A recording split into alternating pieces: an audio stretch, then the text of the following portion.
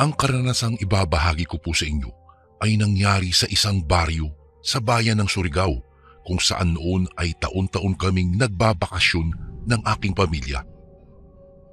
Kuya Bari, tawagin niyo na lang po ako sa pangalang Presi. Tubong Surigao ang mga magulang ko, ngunit simula nang madestino ang aking ama dito sa Batangas ay dito na rin kami nanirahan. Sa tuwing sasapit ang buwan ng Mayo, umuuwi kami sa Surigao para makipagdiwang sa ginaganap na fiesta sa isa sa mga baryo roon kung saan kami dating nakatira. Sinasamantala na rin namin ang pagkakataong iyon para makasama ang aming mga lolo't lola sa parehong side ng aming ama't ina. Subalit may isang pangyayari noon na hindi namin malilimutan na siya ring naging dahilan para hindi na kami magbalik pa ng Surigao. Taong 1995, bisperas po iyon ng fiesta. Nagkakatuwaan kaming magkakapatid at magpipinsan noon na pumunta sa may plaza ng mismong baryo namin para makidalo sa sayawan. Sa totoo lang po, Kuya Bari, hindi naman talaga kami pinayagan ng mga magulang namin na umalis ng bahay ng gabing iyon dahil wala kaming makakasamang mas nakakatanda sa amin. Magiging abala kasi sila sa pagkakatay at paglilitsyon ng mga baboy na ihahanda namin sa darating na fiesta kinabukasan. Nataon kasing maganda ang bentahan ng mga alagaing baboy nila Lolo Marcial nitong mga nagdaang buwan, kaya sa tuwa nito, nagpakatay po ito ng 4 na baboy para ihanda sa darating na pista. Tiyak na kapag ganoong maraming handa, marami ring magiging bisita. Bagay na imbes na ikatuwa naming magpipinsan ay ikinadismaya pa namin. Wala tuloy kasing makakasamang nakakatanda para pumunta sa plaza at makadalo sa sayawan. Bagamat kasing malalaki na kami, hindi pa rin kami pinapayagan na lumakad sa gabi nang walang makakasamang mas nakakatanda. Lalo na ng mga panahong iyon na may bali-balitang may mga aswang na gumagala daw sa lugar namin. Sa totoo lang, Kuya Bari, hindi na bago sa pandinig namin ang tungkol sa nagkalat na mga aswang daw sa baryo namin. Parang taon-taon naman kasi nagkakaroon ng mga ganoong kwento, lalo na kung nalalapit na ang panahon ng pista.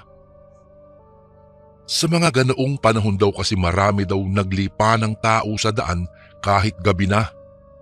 Pagkakataon na sinasamantala ng mga aswang para malayang makapangbiktima. Pero para sa aming magpipinsan, hindi naman talaga totoo ang mga ito. Wala pa naman kasi kaming nakilalang makakapagsabi na nakakita ng totoong aswang. Puro haka-haka lang ang mga kwentong naririnig namin na siguro'y ginagamit lang ng matatanda upang takutin ang mga kabataan para hindi na lumabas sa gabi. Para lang makapunta sa sayawan na pagplanuhan naming tumakas na lang. Tutal, hindi rin naman nila mapapansin kung tatakas kami dahil nga abala sila sa mga gawain. Gaya ng usapan, nagkanya-kanya na nga kami ng takas na magpipinsan. Ako at ang 2 kapatid ko rin na babaeng mas nakakabata sa akin na sina Liza at Marie at ang 4 ko pang pinsan na sina Daday, Lita, Gina at Kuya Dudong. Sa mismong plaza na kami nagkita-kita para siguradong walang makakapansin na magkakasama kaming tumakas. Tuwang-tuwa kami nang magkita-kita kaming 7 sa plaza. Noong una ay nanonood lang kami sa mga nagsasayaw hanggang kalaunan ay nakihalubilo na rin kami sa kanila. Libang na libang kami sa pagsasayaw habang sinasamantala ang pagkakataong iyon. Sa sobrang pagkawili namin, hindi na namin napansin ang oras hanggang matapos ang oras ng sayawan. Ang plano sana namin ay bago mag 11:00 ng gabi Magsisiuwi na kami. Ngunit dahil nga nawili kami sa pagsasayaw, inabot na tuloy kami ng mag-aalauna ng madaling araw. Kung kaya't mabilis kaming naglakad pa uwi sa amin. Sa mga sandaling iyon, Kuya Bari, kasabay na rin namin ng mga kapatid ko ang 4 naming mga pinsan. Iisang lugar lang naman kami nakatira at halos magkakatabi lang din ang mga bahay, kung kaya't magkakasama na kaming umuwi. Habang naglalakad, nagdarasal na kami na sana wala pa ring makapansin na umalis kami sa mga bahay namin, kung hindi, tiyak na lagot kaming 7. Sa isang shortcut na daan na namin naisip dumaan. Mas mapapabilis kasi ang uwi namin dahil mas malapit ang daan na iyon papunta sa amin. Yun nga lang, dahil sa madilim ang daan, kailangan maging maingat kami sa paglalakad dahil kapag nagkamali kami ay siguradong sa putikan ang shoot namin dahil po palayan ang daanang iyon. Ilang sandali na rin kaming naglalakad sa may palayan nang makaramdam kami ng paglamig ng paligid. Medyo lumakas kasi ang ihip ng hangin ng mga oras na iyon. Wala naman sanang kaso ang paglakas ng ihip ng hangin, kaya lang kasunod nito, nakarinig kami ng malalakas na pagaspas ng mga pakpak. Sabay-sabay kaming napahinto sa paglalakad at nagpalinga-linga sa paligid upang hanapin kung saan nanggagaling ang malalakas na pagaspas na iyon. Bago ko po ipagpatuloy ang kwentong ito ay may request sana ako sa iyo, kasundo. Isang pindot lang ito, kasundo, sa subscribe button namin. Malaking tulong po ito sa amin, kasundo, upang mapagpatuloy pa namin ang mas marami pang magagandang kwento. Salamat sa pag-subscribe mo, bagong kasundo. Nang mapatingin kami sa itaas, doon na namin nakita ang tila malalaking ibon na lumilipad. Akala namin noong una, mga ordinaryong malalaking ibon lang ang mga iyon. Ngunit habang palapit ng palapit ang mga ito sa kinaroroonan namin, napagtanto naming hindi mga ibon iyon, kung hindi mga nakakatakot na nilalang na kalahati lang ang mga katawan. Mga aswang? Takbo na! Narinig ko na lang nasigaw ni Kuya Dudong. Sa takot at pagkataranta, nagkanya-kanya kami ng takbo. Hindi ko na alintana kung ilang ulit akong nadulas at nadapa sa putikan sa takot kong maabutan ng mga aswang. Nakakita ako ng kumpul ng matataas na halaman at doon ako nagsumiksik at nagtago. Gusto kong umiyak sa takot ng mga sandaling iyon, Kuya Bari. Rinig na rinig ko kasi ang magsing lakas na tibok ng puso ko at pagaspas ng mga pakpak ng mga aswang na humahabol sa amin hanggang sa pinagtataguan ko. Sa isip ay panay ang dasal ko na sana hindi ako makita roon ng mga aswang. Ilang sandali pa, tumahimik na ang paligid. Nawala na ang mga pagaspas, kaya naisip kong wala na ang mga aswang. Nakahinga na sana ako ng maluwag, ngunit bigla kong napagtanto na hindi ko pala kasama ang 2 kapatid ko. Sa takot at pagkataranta ko ng mga oras na hinahabol kami ng 2 aswang na putol ang mga katawan, hindi ko na naisip pa sina Liza at Marie. Nag-alala ako dahil baka may nangyaring masama na sa kanila, kung kaya't agad akong lumabas sa aking pinagtataguan upang hanapin sila. Hindi ko mapapatawad ang sarili ko kung sakaling napahamak sila dahil sa kapabayaan ko. Tila nakalimutan ko na ang tungkol sa mga aswang at malakas kong tinawag ang mga pangalan ng mga kapatid ko habang palingalingang naglalakad dahil hindi ko alam kung saan sila hahanapin. Hanggang marinig ko ang boses ni Kuya Dodong na sumisigaw ng, "Presi! Presi, takbo! Nasa likuran mo ang aswang! Noon ko naalala ang aswang na humahabol sa amin at bigla akong napalingon sa likuran ko. At nakita ko nga ang isa sa mga ito na lumilipad papalapit sa akin. Naisip kong kumaripas na ng takbo, ngunit hindi nagawang makisama ng nanginginig kong mga paa. Nanatili akong nakatayo sa kinaroroonan ko na parang itinulos na kandila. Ang buong akala ko, iyon na ang katapusan ko. Pero naramdaman ko na lang na biglang may humila sa akin at kinaladkad ako patakbo. Si Kuya Dodong pala. Sa mismong palayan kami tumakbo ni Kuya Dodong at inutusan niya akong lumublob doon at magpagulong-gulong. Hindi ko alam kung bakit kailangan namin gawin iyon, pero hindi na ako nagtanong pa. Basta, ginawa ko na lang ang sinabi niya. Nagpagulong-gulong kami sa putik habang tahimik na nakadapa sa ilalim ng matataas na mga palay. Hindi ko na matandaan pa kung gaano kami katagal doon. Pareho lang kaming tahimik ni Kuya Dodong at nakikiramdam sa paligid. Ilang sandali pa, nakarinig ako ng mga boses na tumatawag sa amin. Sina nanay at tatay iyon. Dali-dali kong niyugyug si Kuya Dodong na ang akala ko ay nakatulog lang.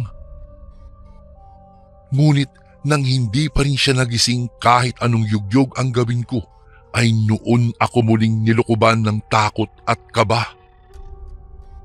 Malakas akong sumigaw ng tulong at agad naman kaming nakita nila nanay at tatay na kasama na rin ang iba pa naming kamag-anak at mga tanod. Nadagdagan ang tensyon sa paligid nang malamang wala ng pulso si Kuya Dodong matapos siyang pulsohan ng mismong tatay nito. Nataranta ang lahat. Agad na isinugod si Kuya Dodong sa pinakamalapit na pagamutan habang ako ay iniuwi na sa amin. Noon ko nalaman na nauna na pala nilang nahanap ang mga kapatid ko at iba ko pang mga pinsan matapos na may makarinig sa mga ito na sumisigaw at humihingi ng saklolo. Kagaya ko, halos naliligo rin sa putik ang mga katawan nila. Gayunpaman, sa pagkakataong iyon, nakahinga na ako ng maluwag nang malamang ligtas ang mga kapatid ko. Ngunit isang masamang balita ang nalaman namin kinaumagahan. Wala na si Kuya Dodong. Ang sabi ni Tio Basti na tatay nito, dead on arrival daw ang pinsan namin nang dalhin ito sa pagamutan.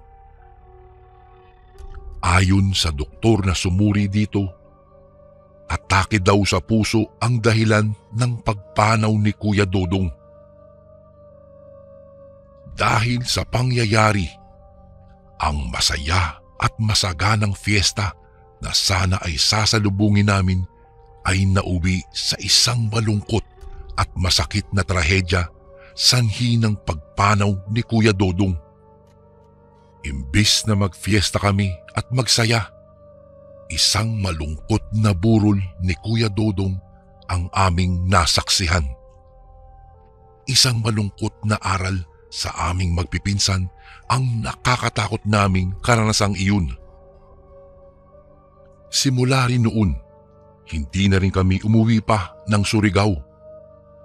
Ayaw na rin kasi naming balikang magkakapatid ang masaklap na alaala sa dati naming baryo. Isang pangyayaring nagbigay sa akin ng matinding aral. Dahil sa tigas ng aking ulo, munti ko nang ipahamak ang aking mga kapatid dahil lang sa pagpunta sa isang fiesta sa baryo ng Surigao. Hanggang dito na lang po ang aking kwento, Kuya Bari, at sana'y kapulutan po ng aral ang aking nasaksihan. Maraming salamat po sa paglaan ng oras sa pagbabasa ng aking email. Pagpalain po kayo ng Panginoong Diyos at God bless po sa lahat ng mga kasundo na nakikinig po ngayon. Lubos na gumagalang, Presi.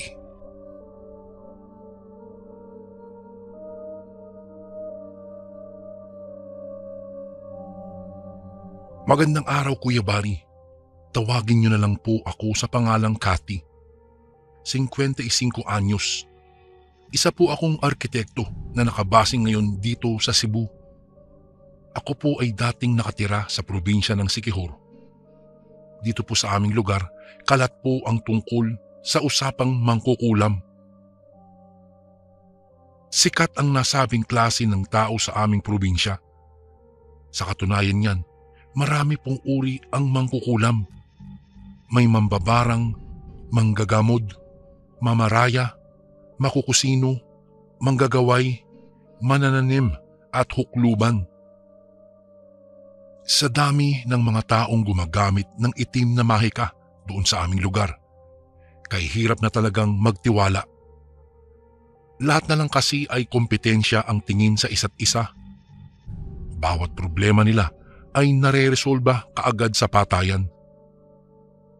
Dito lang naman humahantong ang lahat ng taong nagagapi ng itim na mahika. Sa katunayan niyan, ginawa ng hanap buhay ang paggamit ng itim na mahika sa aming lugar. Karamihan sa mga tao sa amin ay nagtatrayduran.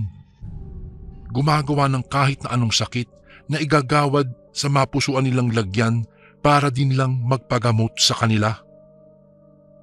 Gustong-gusto nila ang makapaminsala ng kapwa. Iyong pagbaon ng kung ano-anong insekto sa katawan ng isang manika na sa taong kawangis nito nagre-resulta. Bawat iyak at nahihirapang ungol ay tila ba musika sa kanilang pandinig. Nakakalungkot lang talagang isipin, may mga taong sadyang mahirap kumbinsihin na huwag nang gumawa ng masama dahil wala namang mambabarang ang nakarating sa langit dahil sa tindi ng mga pinaggagawa nila. Isa ang aking nanay sa inaabuso ang kanyang kakayahan upang magkapera lamang. Ginagamit niya naman ito sa mga ritual na pang-alay. Marami na siyang nabiktima na sa totoo lang ay pinakaayaw kong gawin niya. Ilang tao na ang napansin kong lumapit sa amin upang magpagamot sa kanya. Kapag malaki ang halagang ibinabayad ng mga ito ay ginagamot niya. Samantalang ang walang pangbayad ay kitang-kita niya kung papaano nga ba dahan-dahang nanghihina hanggang sa hindi na makayanan at nagsipanaw.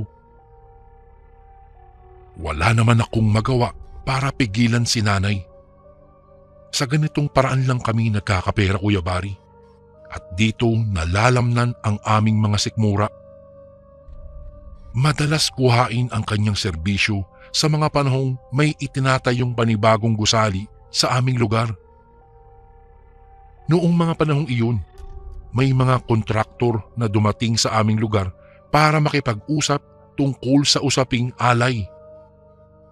Gusto nilang magpatayo ng mga gusali pero kailangang patakan ng dugo ng mga batang wala pang sala. Naniniwala silang mas lalong magiging epektibo ang gagawin nila kung magsasagawa ng ritual sa tulong ng isang babaylan. Sabi kasi nila, mas lalong titibay daw ang pundasyon ng isang gusali kapag pinatakan ng dugo mula sa taong naisipan nilang gawing alay. Ginigilitan ang mga ito ng liig at tila manok na dahan-dahang ipinapatak ang kanilang dugo sa buong haligi hanggang sa matapos nang libutin ang lahat ng mga kailangang patakan. Ito ang ritual na ginagawa ng mga nakakatanda naming ninuno noon. Bawat buhay na binuwis nila sa mga haligi ay may tigi-isang bantay na kaluluwa para mas maging matibay pa ang isang haligi. Umamin ang mga trabahante na maraming beses na daw nila itong ginagawa at sa iba't ibang lugar pa talaga nangyayari. Kaya akala tuloy ng mga tao ay isa silang sindikato.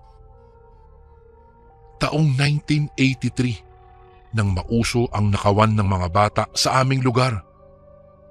Noon ay kay inosente ng mga batang naglalaro sa kalsada. Ni hindi natatakot sa mga estranghero at basta-basta na lang sumasama kapag binibigyan lang ng kahit na anong bagay na maganda sa kanilang paningin. Iyong isang buong estudyante nga ng isang paaralan sa Negros.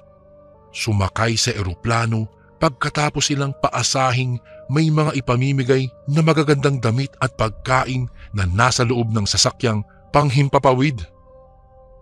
Iyon pala ay balak na silang ilipad palayo, kaya matapos maisakay ang mga bata ay kay bilis nilang naitahi ang mga bibig ng mga ito. Salamat na lang at may mga alagad ng batas na kay bibilis kumilos. Narescue nila kaagad ang mga bata na noon ay muntikan ng magbuwis ng buhay. Nang magsimula naman ang tayuan ng iba't ibang establishmento sa bayan at kung ano-anong gusali, ay nabalot na naman ng pangamba ang mga tao. Kinatatakutan ang mga construction workers noong unang panahon dahil ang iniisip ng lahat, sila lang naman ang nagkakatay ng mga kabataang kinukuhaan nila ng dugo para ialay sa kanilang tinatayong gusali. Baka binayaran ang mga nasabing trabahante upang manguha ng mga batang mapipili nilang bilang alay na siyang magiging tagapagbantay. Ito po ang dahilan kung bakit kadalasan sa mga lumang gusali ay nakatayo pa din magpahanggang ngayon. Maliit pa ako noon, kaya palagi akong tinatago ni mama ko sa aming bahay. Pinagsasabihan niya akong huwag basta-bastang magtitiwala kahit kanino. Ni ang pakikipagkaibigan sa mga katulong namin noong araw ay mahigpit na ipinagbabawal ng aking mama. Sabi kasi niya, kung sino pa raw ang mukhang mabait ay siya pang mapagbalat kayo. Uso na daw sa mga manluloko ang magkukunwari, kaya huwag daw kaming maging kampante. Ayaw nilang mapahamak ako kagaya ng ibang mga bata sa aming lugar. Sa totoo lang, Kuya Bari, marami na ang nawawalang kabataan sa aming baryo. Kahit iyong malapit lang maging dalagita o binatilyo ay pinapatos eh. Hindi naman daw kasi pinipili yung mataba o mayaman. Basta bata at may dugo, kinukuha na nila. Basta malusog at sa tingin nila ay may mahabang buhay, ay kaagad nilang tinatangay na. Talagang nakakangilo nga eh. Hindi ko akalaing tao rin lang naman ang may kagagawan ng mga kababalaghan dito sa amin. Dati ay napagkamala nilang aswang ang nangunguha ng mga bata. Sinasaid lang kasi ang dugo. Kalaunan, nalaman naming sila pala ay mga grupo ng taong may dugong mangkukulam na siyang nagsasagawa ng ritual sa pag-aalay. At kaya pala ganoon lang sila kung makapagbigay sa akin ng babala ay dahil kabilang ang aking ina sa mga taong nagsasagawa ng nasabing ritual. Ang mas nakakapanindig balahibo pa, Kuya Bari, 4 na mga bata na ang namamatay at inialay sa bawat gusali na siya ang gumigilit sa mga liig. Bago ko po ipagpatuloy ang kwentong ito ay may request sana ako sa iyo, kasundo. Isang pindot lang ito, kasundo, sa subscribe button namin. Malaking tulong po ito sa amin, kasundo, upang mapagpatuloy pa namin ang mas marami pang magagandang kwento. Salamat sa pag-subscribe mo, bagong kasundo.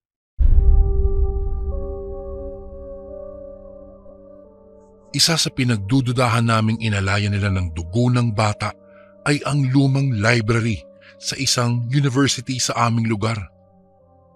Hindi ko lang alam kung bakit sa tagal-tagal na itinayo ang nasabing lugar ay wala man lang guro at iba pang staffs ang nagtatagal doon. May mga nagpaparamdam daw kasi, pero kung si mama ang pagsasalitain, ganoon lang daw talaga ang mga tao. Basta matatandang lugar ay hindi talaga lilipas ang mga araw na wala silang napapansin kung hindi puro na lang kababalaghan. Kahit ano pa ang sabihin nila, alam ko kung ano ang totoo. Saksi ako ng mga gabing kumitil ng buhay ang aking ina. Nakita ko kung anong klaseng halimaw siya na nagbabalat kayo lamang sa maskara ng isang maganda at kaakit-akit na babae.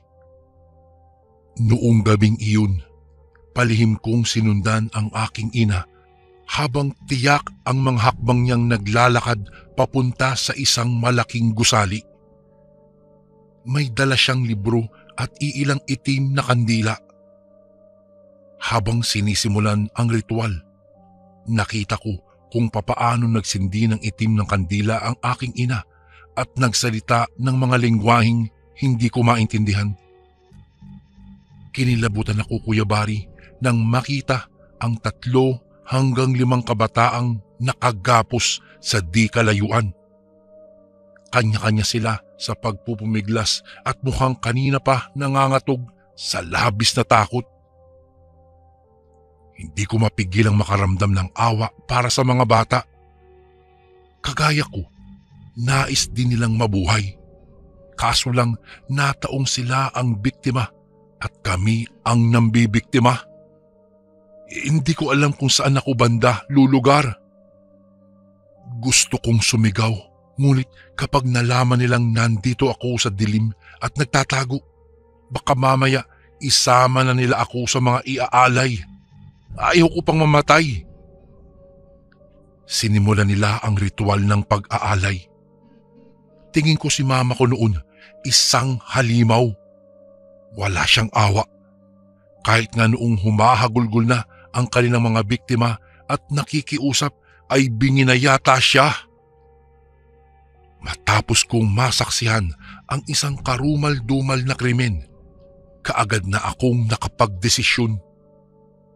Naglayas ako sa aming bahay. Niwala akong pinagsabihan kung saan ako pupunta. Basta, nanguha na lang ako ng pera sa pinakatatagong kahon ni mama sa ilalim ng kama at nag-iwan ng sulat na wag na niya akong hahanapin pa.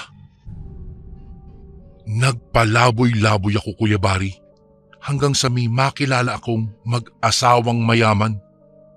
Wala silang anak. Hindi ko alam kung ano ang nakain ko at nagpaampon ako sa kanila. Itinuring nila akong parang tunay na anak. Pinag-aral, binihisan at inalagaan. Nang makatapos po ako ng kolehiyo, nakarating pa ako sa ibang bansa para palaguin pa ang kursong pinili kong kunin. Ganap na akong isang arkitekto nang makauwi ako sa amin. Base sa pag-aaral ko, isang kabaliwan na lang pala ang pagsasagawa ng orasyon para mag-alay ng kahit na anong buhay sa gusaling pinagtitirikan. Napag-aralan ko kung papaano maging isang matibay ang isang gusali nang walang buhay na nasasayang. Gayunpaman, hindi ko maipagkakailang may dugong mangkukulam ako. Habang nakakaisip, kusa kong nalalaman ang mga ritual na basta ko na lang nababanggit ng walang kahirap-hirap. Kahit pala anong bihis ko sa aking sarili, ay hindi ko pa rin pala kayang maging kagaya ng ibang normal na tao. Kusang lumalabas ang pagiging mangkukulam ko. Sa katunayan niyan, nagkaroon ako ng kakumpetensya sa negosyo. Hindi ko alam kung bakit kahit na alam ko namang hindi niya ako kayang lamangan, ay kusa akong nagbabanggit ng mga lengguwaheng nagpapasama sa pakiramdam niya. Palagi akong nakabantay sa bawat galaw niya. Nakasilip sa kanyang bintana at kontrolado ko ang mga kilos niya. Hindi nagtagal, ginusto ko nang tapusin siya sa pamamagitan ng isang ritual. Nang magtagumpay nga ako, ay hindi ko naman ito ikinatuwa. Sa halip, labis na kinasuklaman ko ang aking sarili. Hindi ko kayang tanggapin na wala din akong ipinagkaiba sa tunay kong ina. Gusto ko lang namang maging normal, kaya hindi nagtagal ay tinaluntun ko ang daan pauwi sa tunay kong tahanan. Kabisado ko pa naman ang papunta sa aming bahay, kaya hindi ako natatakot na baka maligaw ako. Ang hitsura ng aming bahay ay kagaya pa din ng dati. Sa bungad pa lang, nakita ko ang aking ina. Matanda na siya at mukhang mas naging bugnutin. Nagliwanag lang ang kanyang mukha nang makita ako. Nagyakapan kaming dalawa. Ewan ko ba, Kuya Bari, sobrang kakaiba ang naramdaman ko nang magkita kaming muli. Humingi ako ng tawad sa ginawa kong paglalayas. Saka sinabi ang tunay kong sadya. Sinabi ko sa kanya na kung pwede ba, tanggalin niya ang kakayahan ko. Tumingin lang sa akin si Mama. Yumuko at humingi sa akin ng pasensya. Hindi niya raw kayang gawin ang hiling ko dahil ako raw ay isang tunay na tagapagmana. Kahit anong gawin ko, hindi ko raw maitatakwil ang katauhang mangkukulam ko. Dahil nasa dugo ko na iyon. Sa katunayan niyan, Kuya Bari, hinihintay lang daw niya akong makabalik sa bahay para ipagkatiwala na sa akin ang pamanang kailangang maipasa sa bawat henerasyon. Nalungkot ako pero wala naman akong magawa. Labag man sa kalooban ay tinanggap ko ang kanyang kapangyarihan. Ngunit kaya ko naman daw itong kontrolin. Inabuso niya ang paggamit ng kanyang kapangyarihan at umaasa siyang mababago ko iyon. Kung dati ay kinatatakutan kami dahil sa pangungulam ng aking ina, nagawa ko na ngayong makalapit sa mga tao at ginawang panggagamot ang aking pamana. Hindi na ako nangungulam pero kaya kong magrebuelta ng karamdaman mula sa pinanggalingan nito. Ang ating kakayahan pala ay nagagawa namang kontrolin. Nasa ating mga tao na iyon kung papaano natin ito dadalhin sa mga sarili natin. Ang mahalaga, may pananalig tayo sa itaas at nagtitiwala tayong kaya niyang bigyan ng kabutihan ang mga nilalang na nabubuhay sa kadiliman. Sa ngayon po, isa na ako sa mga kilalang mga manggagamot sa amin, Kuya Bari. Magkatuwang kami ni Mama na noon ay unti-unti ding nagbago ang takbo ng kanyang gawain. Ang kasamaan ay iwinaksi na niya at sinigurong hindi na ito lilinguning pang pabalik. Wala na akong hihilingin pa. Nang bumalik ako sa mga taong umampun sa akin, ipinakilala ko sa kanila ang tunay kong ina.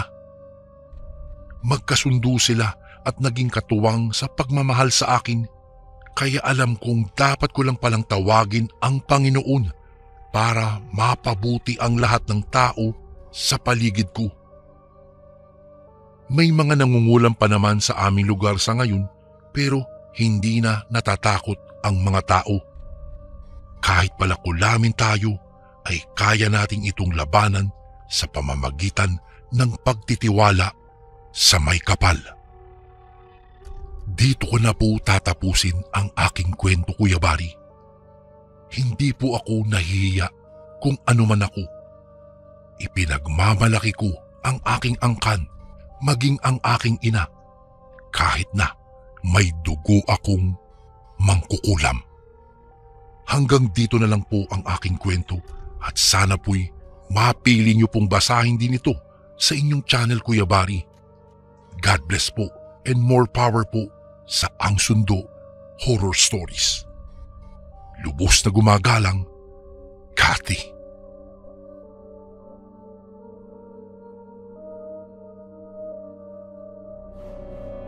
Magandang araw po sa inyo, Kuya Bari. itago niyo na lang po ako sa pangalang Nato. Ang kwentong ito ay naging karanasan ng aking Tiya Bebang sa kanilang probinsya doon sa Aklan. Nangyari ito noong mga nasa kalagitnaan ng dekada 90. Noong mga panahong iyon ay mayroong karinderya sina Tiya Bebang. Subalit parang matumal ang kita nila dahil may mga iilang karinderya ring kakumpetensya nila. Sa kadahilanang iyon ay napuwersang magsara sina Tiya. Magmula noon ay mas lalong naghirap sina Tiya Bebang. Ang tanging nagawa niya ay ang tumanggap ng labahin para may maitustos sa kanyang mga anak. Isang araw, habang naglalaba si Tiya ay may naaninag siyang parang punso.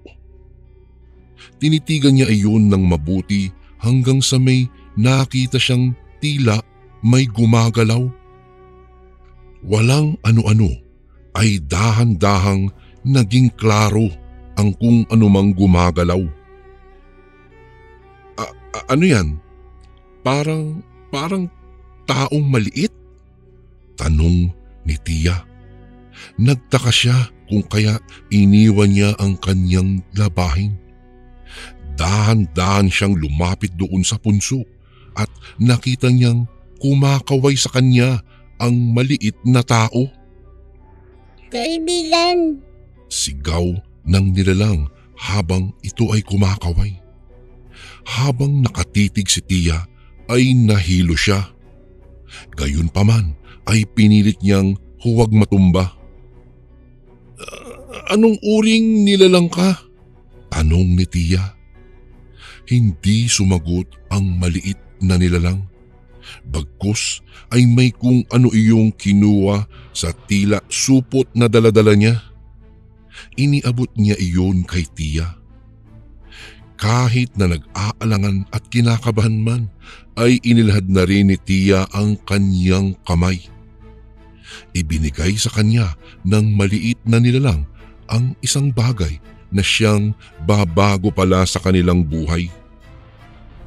Noong nasa palad na ni Tiya ang bagay na ibinigay ng maliit na nilalang, ay tiningnan niya iyon. Parang ito ay hugis ng sapatos. Subalit may tila nakabaluktot at pahaba ang dulo. Sapatos ng duwende? Gulat na gulat si Tiya. Kahit na hindi siya sigurado ay parang nawari niyang tama ang kanyang hinuhula. Noong tingnan niya ang punso, wala na ang maliit na nilalang na iyon. Napaisip siya noong mga sandaling iyon. Hindi kaya duwende ang nilalang na nagbigay sa akin nito? Tanong nito sa kanyang sarili. Minabuti ni Tiya Bebang na itago na lang ang bagay na ibinigay ng maliit na nilalang sa kanya. Ipinagpatuloy niya at saka tinapos na lang ang kanyang mga labahin. Noong papauwi na siya, ay nakasalubong niya ang nagpapataya ng sweepstakes sa kanilang lugar. Bebang, magandang araw. Tumaya ka naman. Wika ng aling nagpapataya. Nag-alangan si Tiya noong mga sandaling iyon sa kadahilanang kakarampot lang ang kanyang pera. Akmang aalis na sana si Tiya noong parang may bumulong sa kanya. Pinakinggan niya ang nasabing bulong at tinayaan iyon. Noong nagpatuloy na si Tiya ay nakaramdam siya ng kaunting pagsisisi dahil tumaya siya. Naku, ano ba yung nagawa ko? Sayang naman. Pandadagdag ko pa yun sa pambili ng bigas. Ba't ko ba naitaya iyon? Subalit, kahit na ganoon, hindi na lamang niya inisip pa iyon.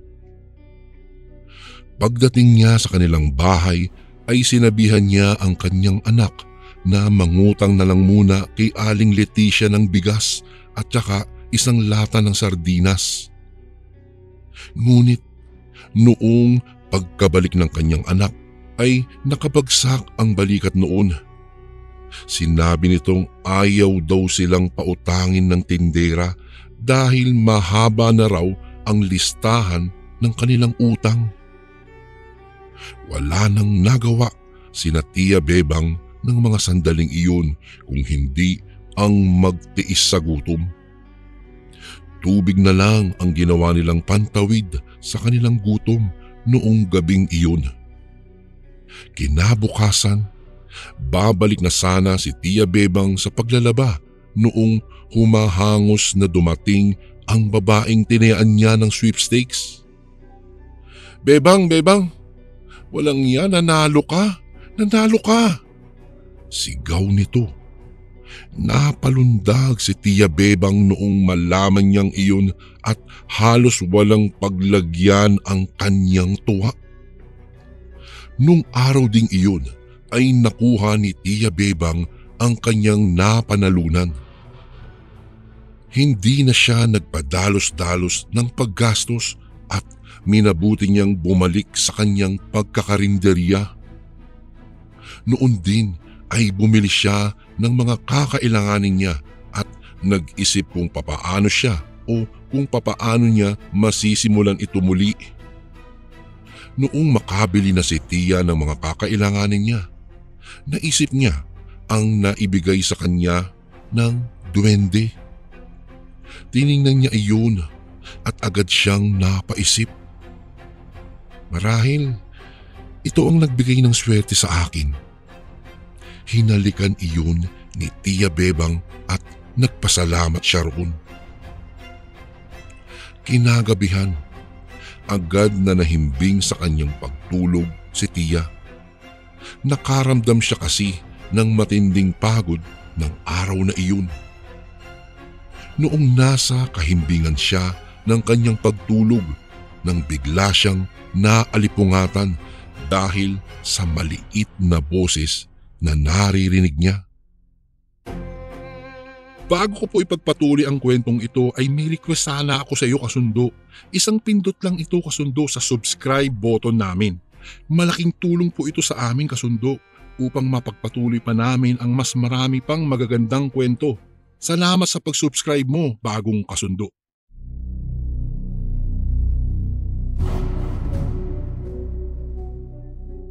Kaibigan, Tawag nito. Agad na naimulat ni Tia ang kanyang mga mata at nagulat siya noong makita niya ang maliit na nilalang na nagbigay sa kanya ng sapatos na maliit. Ikaw? Bakit mo ba naibigay ang sapatos na iyon sa akin?" Tanong ni Tia. Napangiti naman ang duwende sa kanya at pagkatapos ay nagsalita iyon. busila kasi ang loob mo at naaawa ako sa iyo. Basta, gamitin mo lang sa tama ang sapatos na iyan. Pagkawika ng nilalang ng mga katagang iyon ay bigla iyong nawala sa paningin ni Tia. Nagpalinga-linga pa nga siya at noong nakumpirma niyang wala na ang duwende, kinuha niya sa kanyang bulsa ang maliit na sapatos ng duwende. Muli niya iyong hinalikan at saka itinago. Salamat sa iyo, kaibigan," wika ni Tia. Kinabukasan, maagang pumunta si Tia Bebang sa kanyang karinderya. Muli niyang binuksan ang kanilang kainan. Noong oras na ng pananghalian ay laking tuwa ni Tia Bebang. Dinagsa kasi sila ng tao kung kaya agad na naubos ang kanilang niluto. Dahil patuloy pa rin sa pagdating ang mga tao na nais kumain, nagluto na lang sila ng mga karagdagang ulam. Sa araw na iyon, sa tanang buhay ni Tia Bebang ay noon lang siya nagkaroon ng ganoong kalaking kita. Halos Hindi siya makapaniwala dahil doon at naisip niyang baka may hatid ngang swerte ang sapatos ng duwende na ibinigay sa kanya. Noong mga sumunod na araw ay mas lalo pang dumami ang customer nila. At dahil doon, nagpasya na silang mas palawakin pa ang kanilang pwesto. Sa kabila ng tagumpay ng kanilang karinderya ay siya na ring pagbagsak ng mga katabi nilang kainan hanggang sa mapuwersa ang mga iyon na magsara na lamang. Magmula noon ay naging monopolyo na ni Tia Bebang ang kainan sa kanilang lugar. Sa isang iglap lang ay umangat kahit papaano ang buhay ni Tia. Dahil doon, marami na ang naiinggit sa kanila. Ilang beses na sinubukang pasukin ang kanilang karinderya, subalit lahat ng magnanakaw ay umuuwing takot. May iilang araw na tuluyan ng nabaliw sa hindi namang malamang dahilan. Isang gabi, habang nagbibilang ng kanyang kinita noong araw na iyon si Tia Bebang, ay may narinig siyang pagsitsit. Nagpalinga-linga siya hanggang sa nakita niya ang duwending nagbigay sa kanya ng sapatos. Kaibigan, kamusta? Tanong nito. Ito kaibigan, ayos lang. Salamat nga pala sa pagtulong sa amin ha. Wika ni Tia sa duwende. Napangiti lang sa kanya ang nilalang at pagkatapos ay nawala na sa paningin niya ang maliit na nilalang. Nang matapos na si Tia sa kanyang ginagawa ay agad niyang iniligpit ang kanyang mga gamit. Napakapa noon ang aking tiyahin sa kanyang bulsa hanggang sa napakunot ang kanyang noo. Naku, saan ko nga ba inilagay iyon? Nandito lang iyon kanina ah. Biglang kinabahan si Tia Bebang noong mga sandaling iyon. Hinahanap niya at hindi niya mahagilap kung saan napunta ang sapatos ng duwende. Muli pa niyang tiningnan iyon sa mga gamit niya, ngunit hindi niya talaga iyon mahanap. Noong gabing iyon ay hindi makatulog ng maayos si Tia Bebang. Iniisip niya ng iniisip kung saan niya iyon nailagay. Subalit kahit anong isip niya ay hindi na niya nakita iyon. Kinabahan ng husto si Tia. Alam niya kasing nawawala iyon. Paano na kaya kung hindi ko mahanap iyon? Tanong ni Tia sa kanyang sarili. Agad niyang naisip ang naitabi niyang pera. Natakot siyang baka mawala ang swerteng tinataglay niya sa negosyo. Noon din ay taimtim na nagdasal si Tia at ipinagpasa Diyos niya ang kanilang kapalaran. Kinabukasan, pagkagising ni Tia Bebang ay agad nilang inihanda ang kanilang dadalhin sa karinderya. Kahit na walang kasiguraduhan ang araw na iyon, ay nagpasya pa rin siyang magluto para sa kainan nila. Nang araw na iyon ay mas lalo pang dumami ang kanilang customer. Naglagay na nga lang sila ng mga mesa sa labas dahil hindi talaga nagkasya ang mga customer sa loob ng karinderya nila. Simula noong araw na iyon ay mas lalo pang dumami ang suki nila. Ang dating karinderya ni Tia ay maituturi ng restaurant dahil mas pinalawak pa nila lalo ang kanilang pwesto. Tuluyan ng hindi nakita ni Tia Bebang ang sapatos ng duwending ipinagkaloob sa kanya ng maliit na nilalang. Subalit kahit na ganoon, sinipagan na lamang ni Tia ang kanyang pagtatrabaho at mas lalo siyang lumapit sa Diyos. Magmula noon ay hindi na rin nagpakita sa kanya ang duwende. Ngunit mas naging wais si Tia sa paghawak ng pera nila at negosyo hanggang sa mas lalo silang yumaman. Dahil sa pananalig sa Diyos ni Tia at saka sa kanyang pagpupursigi ay nakamtam niya ang kaginhawaan ng kanilang buhay.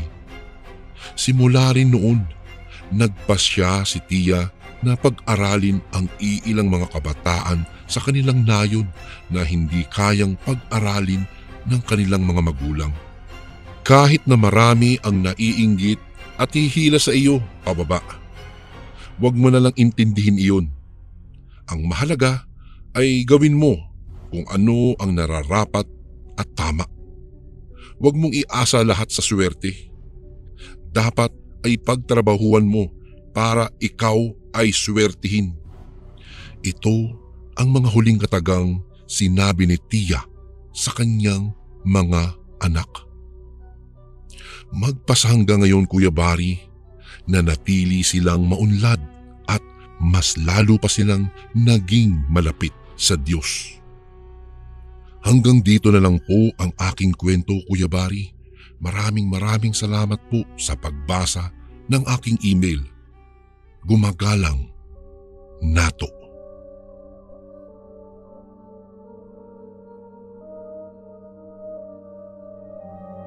Magandang araw po sa inyo, Kuya Bari. Dito po sa aming probinsya, dumadagsa ang mga kwento tungkol sa mga aswang na mapagpanggap kagaya ng abat. Ang abat ay isang termino ng tinatawag na aswang sa Kabisayaan. Ang mga nasabing nilalang ay may malalaki at mapupulang mga mata, may magulo at sabog na buhok, may mahahabang kuko at daliri, at naninipsip ng dugo at mga lamang loob ng kanilang mga binibiktima. Delikado ang mga nasabing nilalang dahil nagpapanggap ito bilang isang napakagandang babae sa umaga. Kadalasan sa mga nasabing nilalang ay iyong mga hindi nakikilalang dayo. Nagpupunta sa mga lugar na walang nakakakilala sa kanila para doon manirahan at magsimula ng panibagong buhay. Kadalasan ay pinipili nila ang mga lugar na walang gaanong nakatira kagaya ng bukid o kagubatan upang walang makaalam ng kanilang mga lihim. Buong akala ko nga ay hindi ako makakasalamuha ng mga nilalang na kagaya nila. Ngunit ang inaakala kong mabait at maladyosang magandang babae ay taglay ang ganoong katangian. Isa na sa kanila si Elsa. Maganda si Elsa, mabait at mahinhin. Isa lamang siyang dayo sa aming lugar na biglang dumating sa kasagsagan ng bagyo. 5 taon na ang nakakaraan. Siya ang nakabili ng aming munting tipak ng lupa na ibinebenta namin nang magkasakit si inay. Minana niya iyon kay lolo, ngunit nang mga ilangan kami ng pera ay ibinenta na lang namin ito. Pinagawaan niya iyon kaagad ng bahay at ang aking kuya na si Osyong ang kanyang kinontrata para magawa iyon. Isang karpintero si kuya at binata. Bukod pa sa may hitsura ito, siya ay maginoo. Hindi ko nga alam kung bakit kay bilis nilang nagkahulihan ng loob. Hanggang sa malaman ko na lang na hindi nagpapasweldo si kuya sa pagkakarpintero at ang bahay na ginagawa niya ay magiging bahay nila ni Elsa. Walang nagawa ang aming mga magulang dahil sa probinsya ay uso naman ang mga kabataang maagang pumapasok sa buhay mag-asawa. Wala din naman kaming problema sa babae dahil nakikita naming masipag din ito. Iyon nga lang, may usap-usapang aswang daw si Elsa. Palagi ko na nga lang tinatawanan ang mga haka-haka ng aming mga kapitbahay. Kung aswang pa si Elsa, ay sana matagal na niya kaming nilamon, ngunit ilang buwan na kaming magkakilala pero hindi niya naman kami pinakikialaman. Naisip kong baka naiinggit lang ang mga tao kay kuya dahil napakaganda ng kanyang asawa. Agad silang nagsama matapos ang aming pamamanhikan. Nagkasundo sila kung kailan ang petsa ng kasal at kung ano-ano pa. Wala nang mga magulang si Elsa kaya ang kanilang desisyon ay madaling naiplano. Wala nang mga binago at tinanggap naman agad namin si Elsa bilang pinakabagong miyembro ng aming pamilya. Ang lupang binili ni Elsa ay may espasyo pang maaari nilang taniman ng mga gulay at nang magkasama sila ni kuya ay iyon ang pinagkaabalahan ng aking kapatid na araruhin. Tinaniman iyon ng maraming gulay na magiging pangkonsumo nila at ibebenta sa palengke ang iba. Naging maayos ang kanilang pamumuhay hanggang sa may dumating na isang nakakakilabot na trahedya sa aming lugar. Namatay ang aming kapitan sa barangay na si Kapitan Elmo. Natagpuan ito sa likod ng kanyang bahay na nakahandusay at wala ng buhay. Said ang kanyang dugo at nawawala ang mga lamang loob. Gulat na gulat kaming lahat. Ang sabi nga ng iba, mabangis na hayop daw ang pwedeng gumawa noon. Ang haka-haka naman ng ilang matatanda, kagagawan daw iyon ng abat. Isang uri ng aswang na nakakalipad. Nagagawa umano nitong magbago ng anyo at maging isang ibon habang naghahanap ng mabibiktima sa gabi. Nagulat kaming lahat at natakot sa aming nalaman. Sa tinagal-tagal ng pagtira namin dito ay ngayon lang kami nakatagpo ng ganoong klase ng pagkamatay. Karimari-marim at kalunos-lunos ang hitsura ng aming kapitan. Nang mailibing siya ay akala naming wala nang mangyayari pa, ngunit nang sumunod na umaga ay may natagpuan na namang isang patay na kagaya ang pattern katulad kay kapitan. Nagdududa na ang lahat at sinabing aswang na talaga ang may kagagawa nito. Inatasan tuloy ang lahat na manatili sa kani-kanilang mga tahanan at wala nang lalabas pagsapit ng 6:00 ng gabi. Tumalima kaming lahat, ngunit may natuklasan akong problema. Nagkataong nagpaalam si kuya sa amin ng hapong iyon na kailangan niya palang magpunta sa kabilang bayan para pumakyaw ng bahay na kailangang ipatayo ng kanyang suki. Walang makakasama si Elsa kaya ako ang kanyang naatasang sumama rito sa bahay nila dahil ayaw naman daw ni Elsa na sa aming bahay manatili. Umayag sina nanay dahil delikado din daw kay Elsa ang manatili sa kanyang bahay ng mag-isa, lalo pa at wala ang kanyang asawa. Wala akong nagawa, Kuya Bari, dahil ayaw ko namang umangal.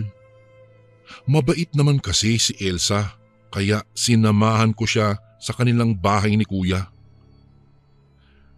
Dalawa ang kwarto nila at ang isa ay ginawang tambakan ng mga gamit.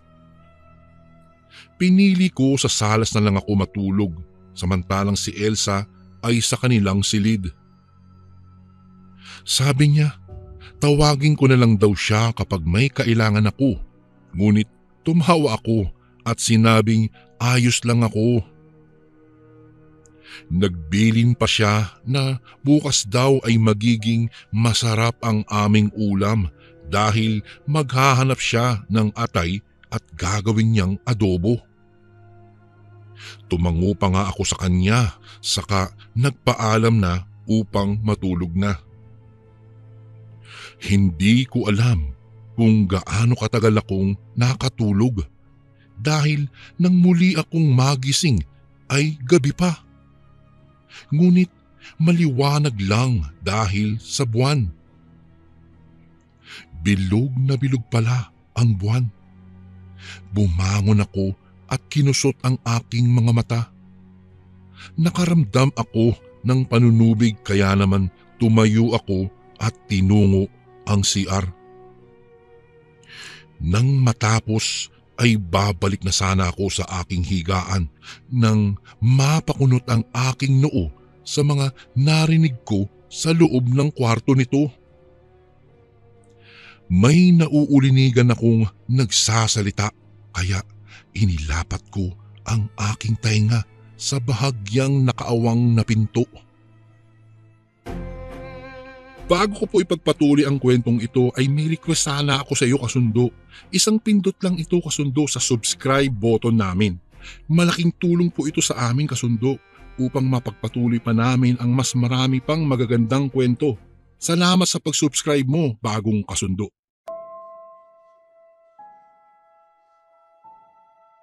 Nakita ko sa isang bintana si Elsa. Nakatayo habang titig na titig sa maliwanag at bilog na buwan. Napakunot noo ako habang iniintindi ang kanyang binabanggit habang dahan-dahang may ipinahahatid sa kanyang kilikili. Siri-siri, daing kong Diyos banggi, labaw sa kahoyan, lagbas sa sirungan. Iyan ang aking narinig.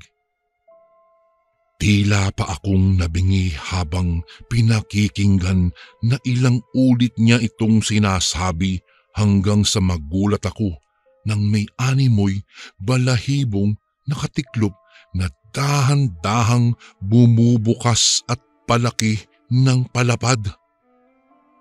Ilang saglit pa ay tuluyan ng nabuo ang kanyang malapaniking pakpak at ikinampay ito. Laking gulat ko nang biglang lumipad sa ere si Elsa at alam kong hindi ako namamalikmata.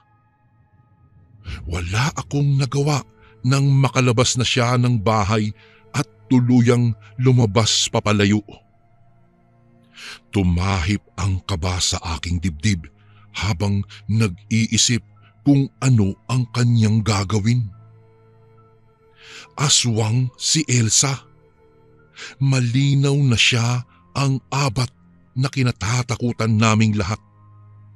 Nakita ko ang mga biktima na kanyang kinuhaan ng mga lamang loob.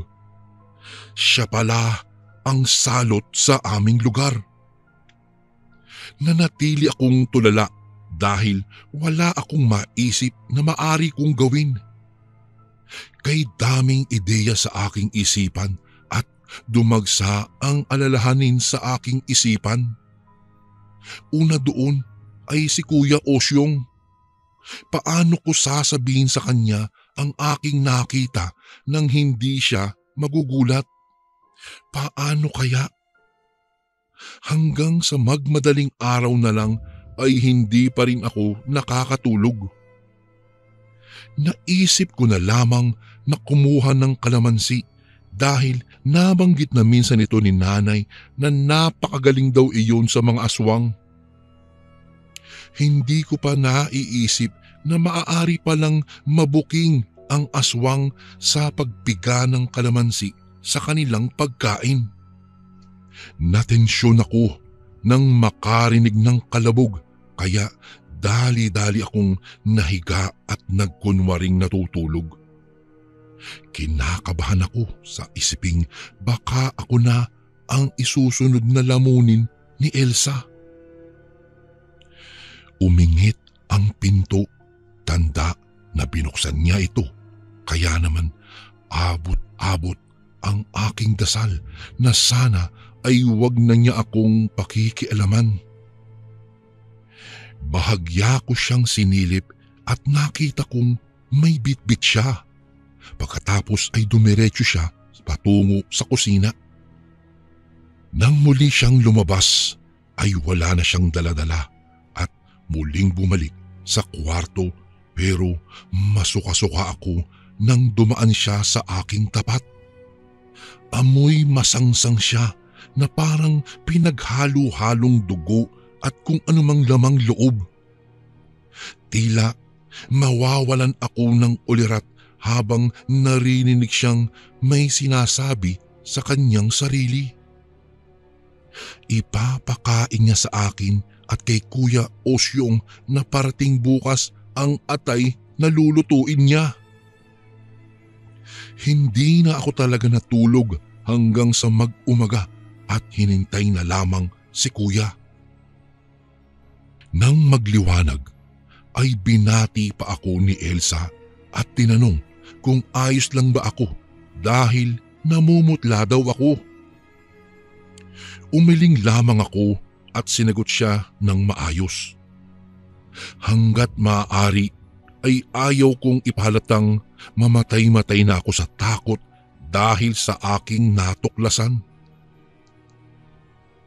Naging abala si Elsa buong umaga. Niluto niya ang atay na hindi ko na tinanong kung saan niya nabili dahil alam ko ang ginawa niya kagabi. Nang dumating si Kuya ay mas lumakas ang tahip ng aking dibdib. Tila nabibingi na ako sa lakas hanggang sa tanungin ako ni Kuya kung ayos lang daw ba talaga ako. Tumango ako at nagpatianod sa kanila nang ayain na kami ni Elsa na kumain at inihanda na raw niya ang mesa.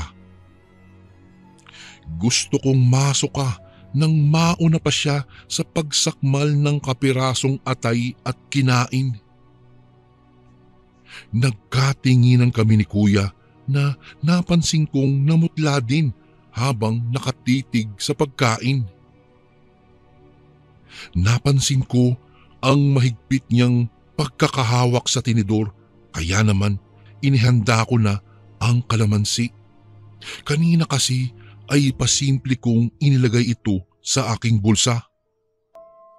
Nang alukin na kami ni Elsa ay pinigilan ko si Kuya sa tangkanyang pagkuha sa pagkain.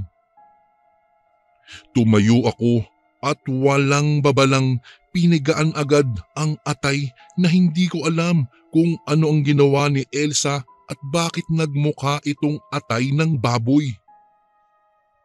Napatingin sa akin si Elsa ng matalim na tingin, sabay baling kay Kuya Osyong.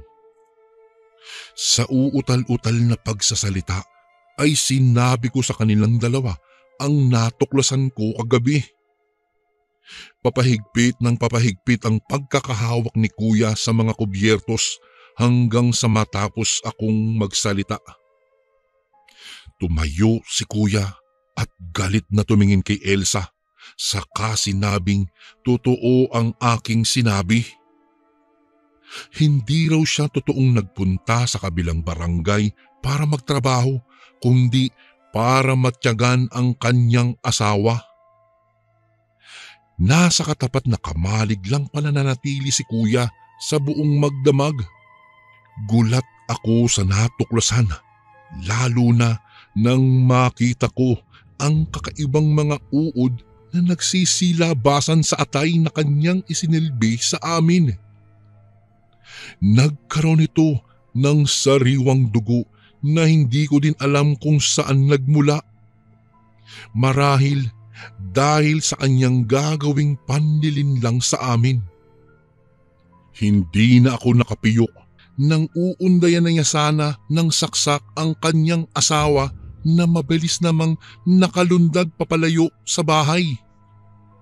Hinabol namin si Elsa, ngunit kay bilis niyang nawala sa kakahuyan. Napaiyak si kuya sa pagkawala ni Elsa.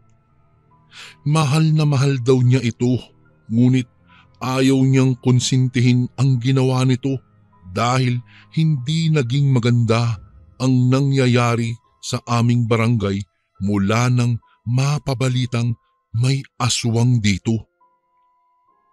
Ako naman ay napayuko at inalala ang nasaksihan kong pagbabagong anyo niya bilang isang abat. Ayon sa mga matatanda, iyon raw ang estilo ng mga aswang kapag natutuklasan na ng mga tao ang kanyang itinatagong lihim. Agad silang lumilipat sa iba namang lugar at doon naman mambibiktima. Minsan ay nag-aasawa sila para may matirhan at kapag nakakatulog na ang kanyang asawa sa gabi, ay babangon ang abat at magsasagawa ng ritual sa harapan ng bilog na buwan hanggang sa makapagbago ito ng anyo at makapang biktima.